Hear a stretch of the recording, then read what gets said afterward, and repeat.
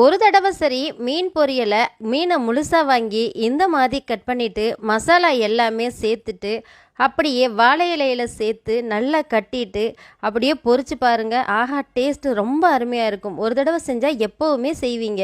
இப்போ நம்ம மீன் பொரிக்கிறதுக்காக இப்போ நான் ஒரு மீன் வாங்கி வச்சுருக்கேன். இந்த மீன் பார்த்திங்கன்னா 600 கிராம் அளவுக்கு இருந்துச்சு.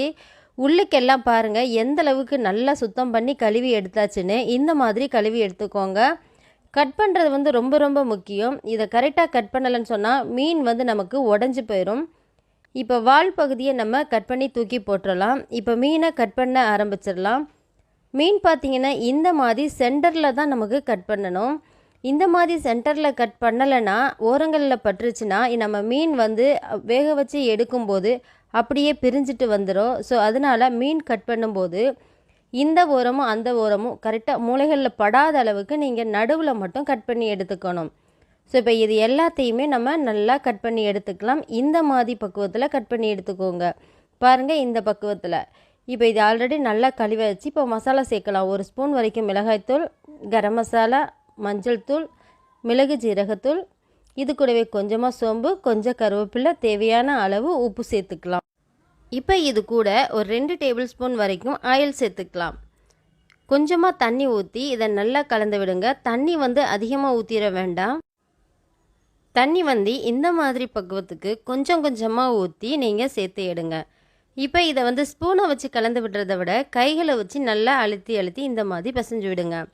உங்களுக்கு இது கூட தேவைன்னா லெமன் ஜூஸ் கொஞ்சம் ஒரு 1/4 லெமன் வந்து புழிஞ்சு விட்டுக்கோங்க.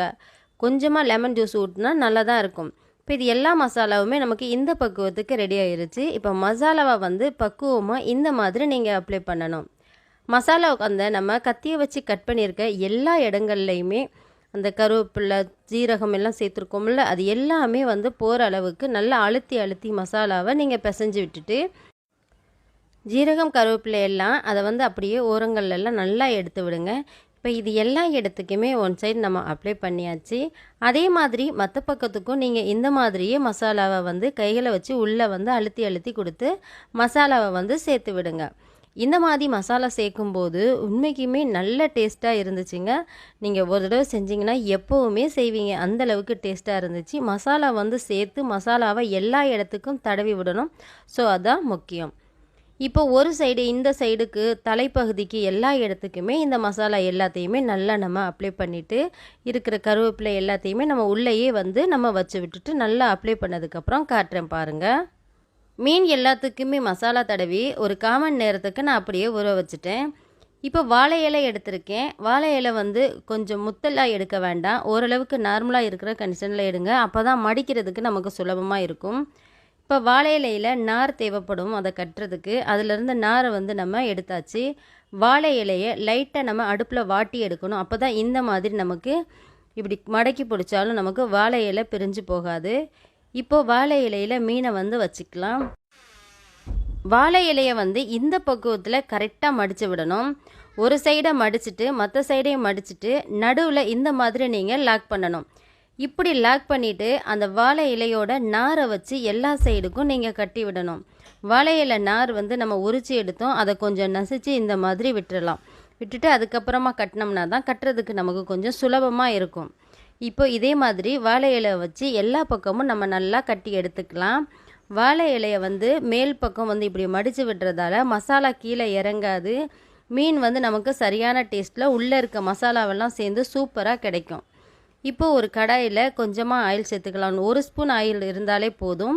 இப்போ நம்ம வாழை இலையை வந்து மேல் பக்கம் வந்து அதாவது மடித்து வச்சோம்ல, கீழே வந்து நல்லா இருக்கணும், மேலே வந்து தான் அந்த மடிப்பு இருக்கணும். இந்த மாதிரி வைக்கும்போது அந்த மசாலா லீக் ஆகாது.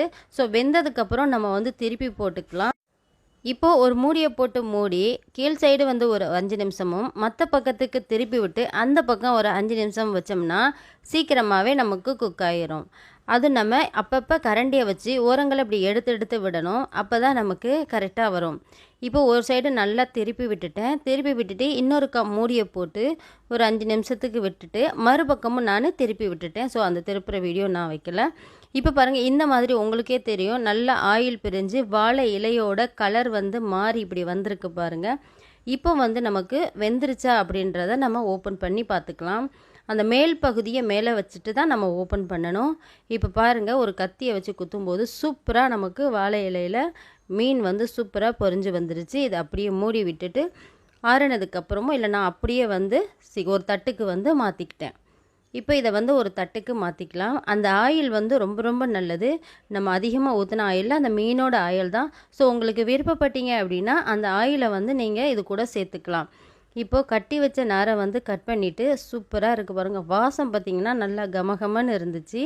இதை வந்து ஓப்பன் பண்ணிக்கலாம். நல்லா சுட சுட இருக்குது. சுட சுட பிரியாணி எல்லாம் எம்டி பிரியாணிக்கெலாம் ரொம்ப ரொம்ப சூப்பராக ரொம்ப ஒரு அருமையாக இருக்கும். ஓப்பன் பண்ணும்போதே உங்களுக்கே தெரியுது, மீன் ஒரு துண்டு கூட உடையவே இல்லை. அதுவும் மீன் வந்து கட் ஆகாமல் இருக்குது பாருங்கள். நடுவில் மட்டும் மீன் கட் பண்ணதால் இந்த மாதிரியெல்லாம் நம்ம திருப்பியெல்லாம் போட்டிருக்கோம். மீன் சுத்தமாக உடையவே இல்லை. அந்த ஆயிலை வந்து கொஞ்சமாக ஊற்றி விட்டுட்டு அப்படியே கொஞ்சம் ஒரு பாதி லெமனை வந்து மேலே புழிஞ்சு விட்டுட்டு எடுத்து சாப்பிட்டா ஆஹா, டேஸ்ட்டு வந்து அந்தளவுக்கு சூப்பராக இருந்துச்சு. கண்டிப்பாக ட்ரை பண்ணி பாருங்கள். எல்லாருக்கும் ரொம்ப ரொம்ப பிடிக்கும். எப்பவும் ஒரே மாதிரி சாப்பிடாம அப்பப்போ நம்ம வித்தியாசமாக இந்த மாதிரி செய்து சாப்பிட்டு பாருங்கள். ரொம்ப சூப்பராக ரொம்ப டேஸ்ட்டாக இந்த ரெசிப்பியை கண்டிப்பாக ட்ரை பண்ணி பார்த்துட்டு எப்படி இருந்துச்சுன்னு கமெண்ட் பண்ணுங்கள், லைக் அண்ட் ஷேர் பண்ணுங்கள். தொடர்ந்து சல்கஸ் கிச்சன் சேனலுக்கு உங்களுடைய ஆதரவு கொடுங்க. நெக்ஸ்ட் இது மாதிரி அருமையான வீடியோவோட பார்க்கலாம். ஸோ அது வரைக்கும் பாய்.